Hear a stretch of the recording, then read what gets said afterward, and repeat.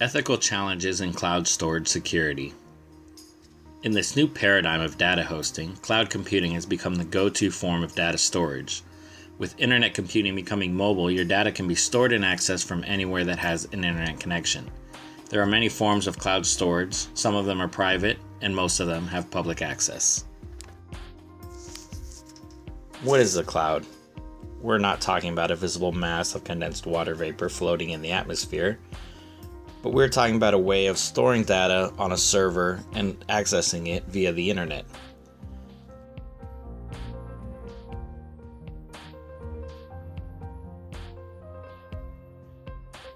Typically, a cloud storage system is made up of three simple devices. One being a computer device, such as a smartphone, a tablet, or a computer. These are all then connected via the internet to a server where the data is stored, allowing them access pretty much anywhere they can connect to the internet.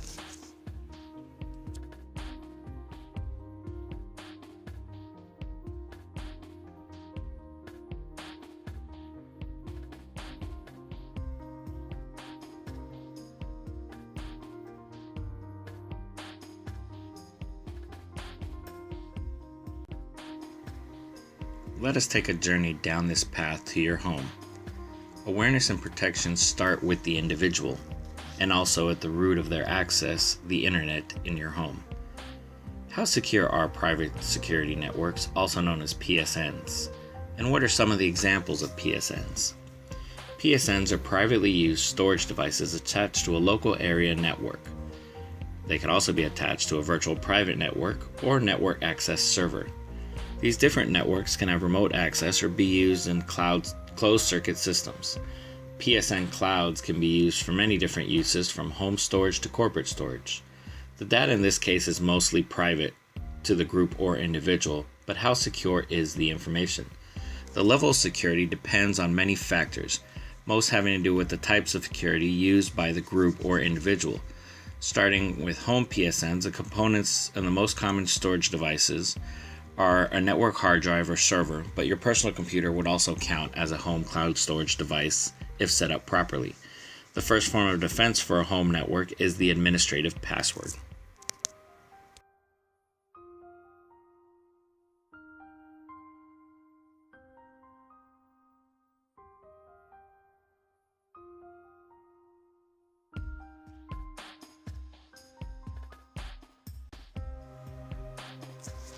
Passwords are alphanumeric characters that can contain symbols and are normally case sensitive.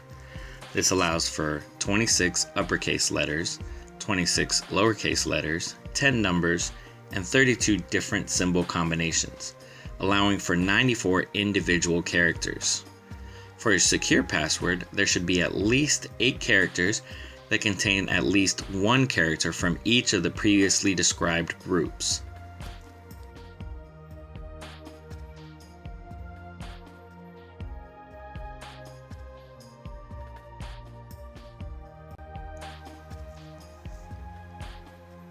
This gives your password 6,95,95,385,410,816 different combinations, and would rise exponentially per character above 8 characters.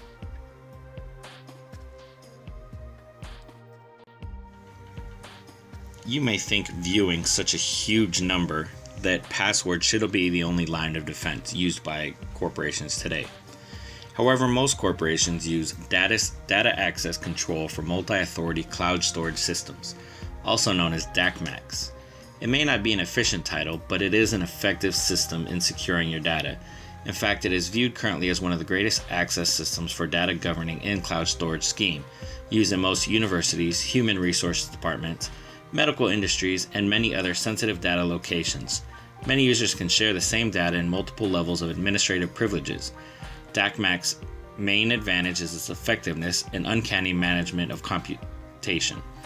Decryption and revocation are the two main operations in access control of DACMAC's efficiency in computing these tasks makes it one of the best access controllers. However, does that purely secure any system?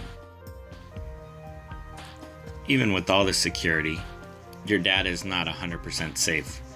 It can still be accessed by hackers using many exploit techniques such as cookie theft, water hole attacks, host file redirects, file name tricks, fake access points, just to name a few.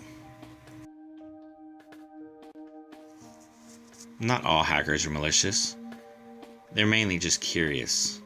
One of the main groups of hackers is Anonymous. They describe themselves as, "We are anonymous.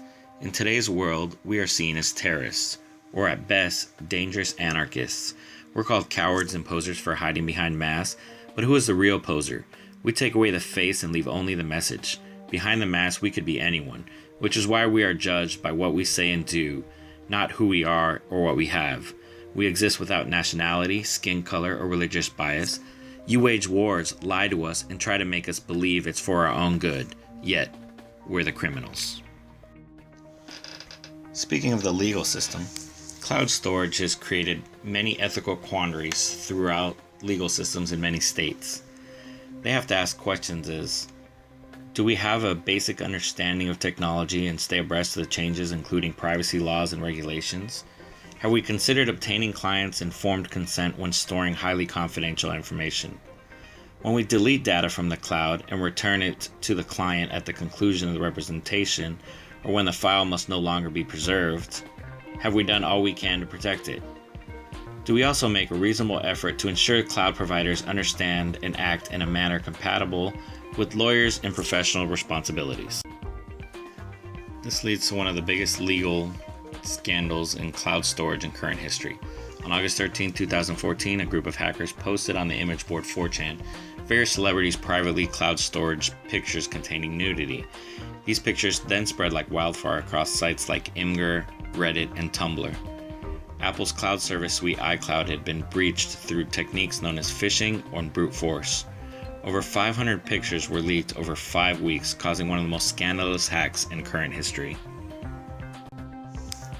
Lawsuits are now being filed in new different ways, attacking anyone that is deemed to have and involved in alleged offense to receive some kind of punishment for acts of illegal or unethical natures, and for all of the affected parties to receive some kind of compensation.